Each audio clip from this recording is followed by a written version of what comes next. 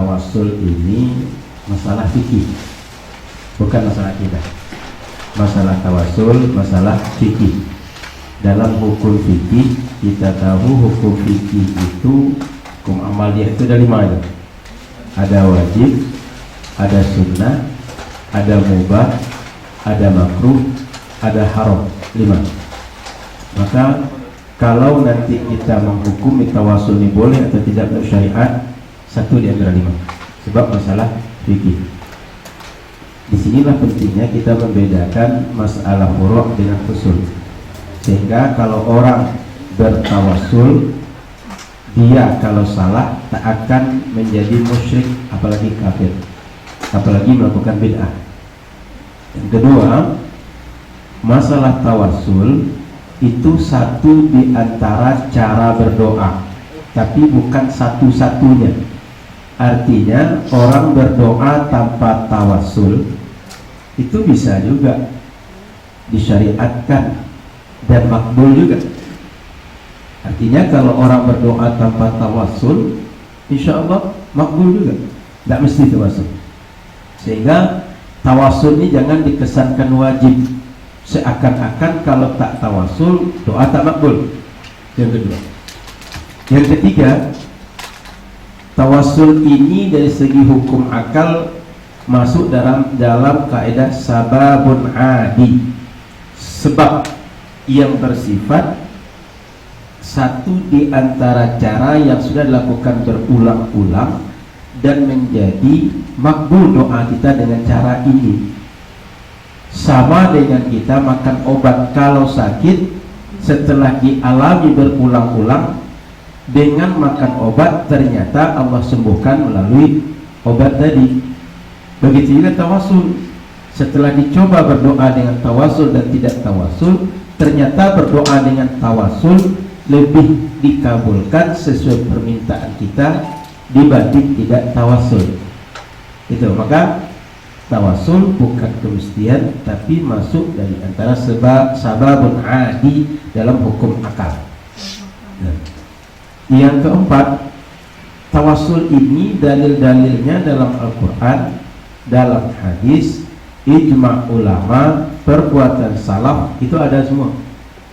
Jadi dibacakan sebagian oleh Ustaz Roni, sehingga nanti kalau ingin kita perluas bisa kita buka dalil-dalil lebih banyak.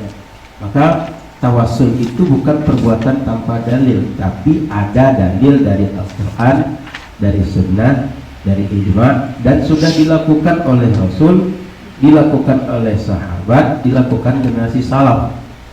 Rasul menceritakan juga dalam hadis sahih tadi, ceritakan tentang 3 orang yang terkurung dalam gua di padang pasir. Maka tawasul ini adalah amalan berdalil, ayat Al-Quran, sunnah, ijma', dan seterusnya. Nanti bisa kita buka. Yang kelima, tawasul ini setiap orang meminta tetap minta kepada Allah. Jadi dah disebutkan oleh beliau bahwa kita minta ada domain K-nya kembali kepada Allah. Betul saja. Jadi sudah dijelaskan bahwa meminta kita kepada Allah, tidak meminta kepada selain Allah. Maka ketika meminta kepada Allah, ia memberikan manfaat, ia memberikan mudarat Allah, tidak yang lain. Dan itu keyakinan umat Islam.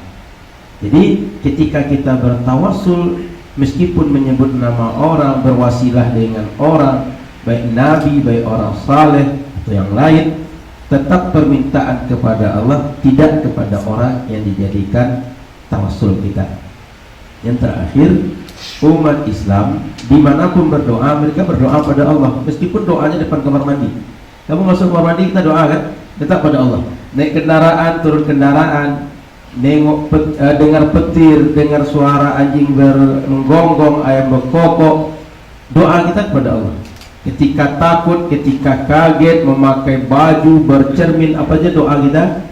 Di kuburan berdoa, di masjid berdoa, di mana berdoa kita kepada Allah, tidak kepada yang lain. Kalau ada yang salah dalam redaksi berdoa, mungkin orang yang kurang dalam ilmu agama, maka tugas kita kepada orang yang salah ini membenarkan, menasihati, mengingatkan, meluruskan, bukan menuduh mereka musyrik, ahli bid'ah, kafir. Karena zalim kalau kita menuduh orang tak tahu lalu dihukumi dengan orang yang tahu, tidak proporsional dalam menempati tuduhan kepada orang.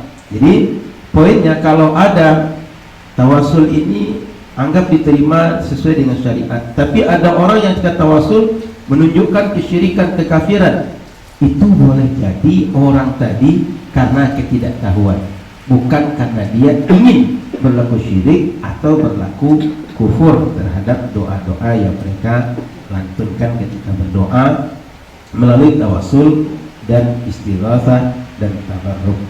Itu 6 poin yang barangkali perlu untuk menjadi penegasan dari beberapa yang disampaikan Ustaz Roni tadi. Wallahu a'lam.